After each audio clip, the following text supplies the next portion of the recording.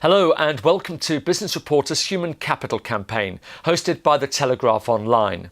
I'm Alistair Greener. Fight for talent is one of the very few cliches which are actually true. But where is this talent coming from? Choosing the right sources and strategy comes before the interviews. I'm discussing the principles of supplying the best talent with John Nurthen from Staffing Industry Analysts.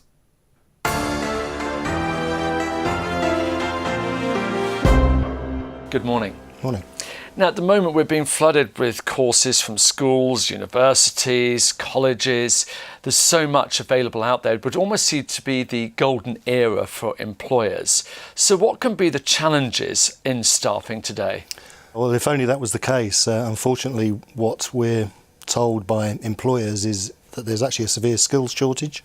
So CEOs are very concerned about getting access to the right talent. PwC does an annual survey. According to them, 3/4 of CEOs are concerned about the skills gap.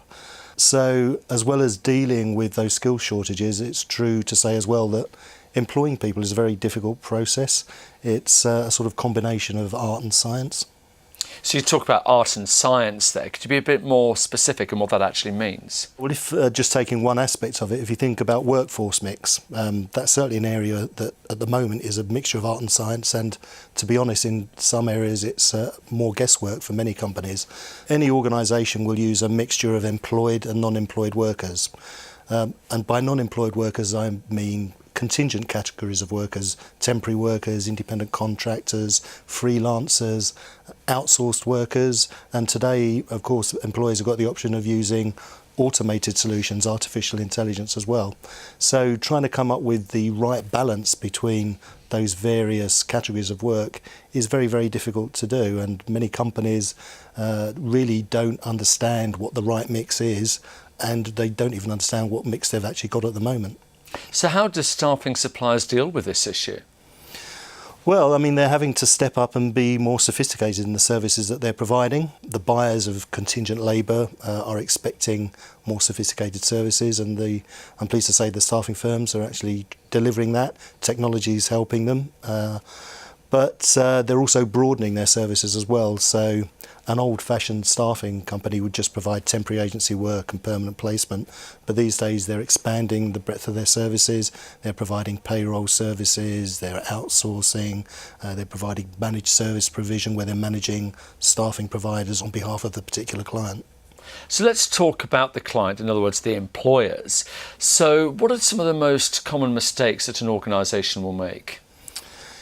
Yeah, I'd say it's getting the balance right between price, quality and risk. If you're trying to hire people and you're too obsessed about just trying to get them as cheaply as possible, that's going to damage your business. It's going to damage your brand reputation.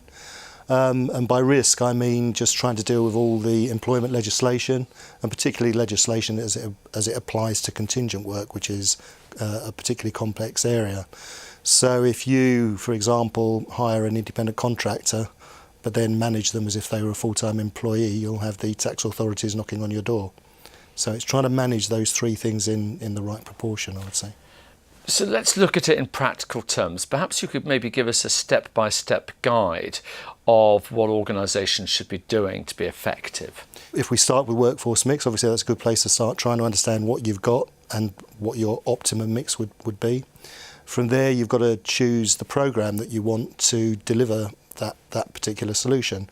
So if you're looking at the contingent part of the workforce, you may want to consolidate your suppliers. You may have a preferred supplier list where you have certain pre-approved suppliers.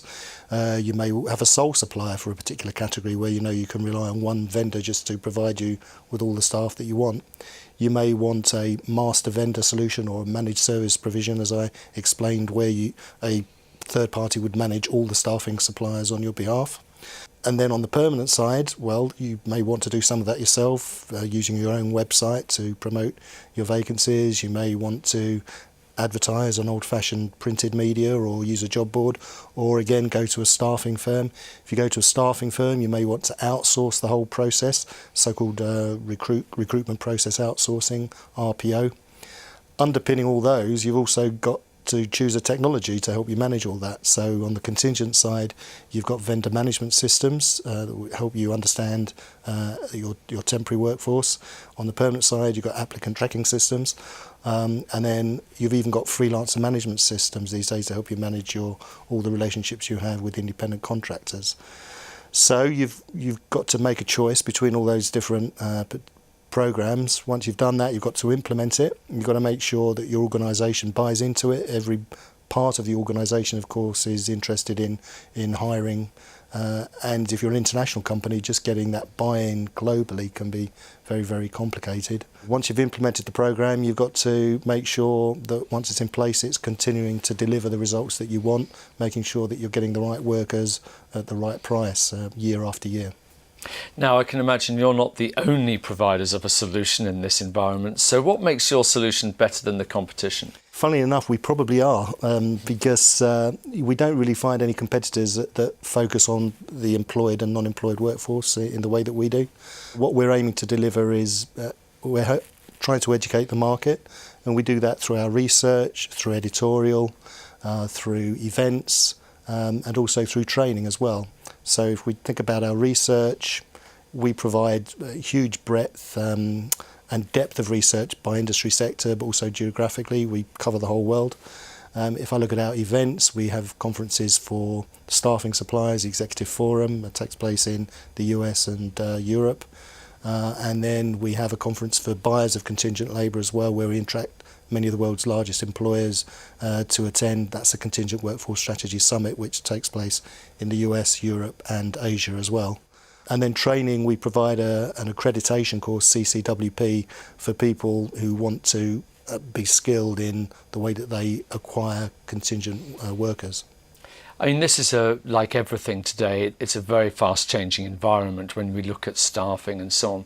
So let's fast forward a little bit. How would you see the trends in your environment? Yeah, so I would pick 4 trends really. One would be immigration, obviously a topical issue now, and I think it's going to be topical in the future because you have that tension between employers who want access to a skilled workforce, and frankly they're not fussed where they come from. Then you've got the electorate in various countries who are not so keen on having foreign workers coming into their market. So I think that's going to be a long-term issue that governments are going to struggle to resolve. Secondly, I would pick artificial intelligence, automation. The jury's still out about how much that will impact the workforce. Some people think it's going to be Armageddon, something that it will create more jobs than it's going to destroy. But even so, it's going to be a disruptive process as it takes place. Then we have the human cloud. We look closely at that area because it's where there's a lot of innovation happening at the moment. So by the human cloud, we mean online services, companies like Uber. But we mean crowdsourcing firms where you may commission some work to be done as part of a competition and you only pay the person that wins the competition, as one example.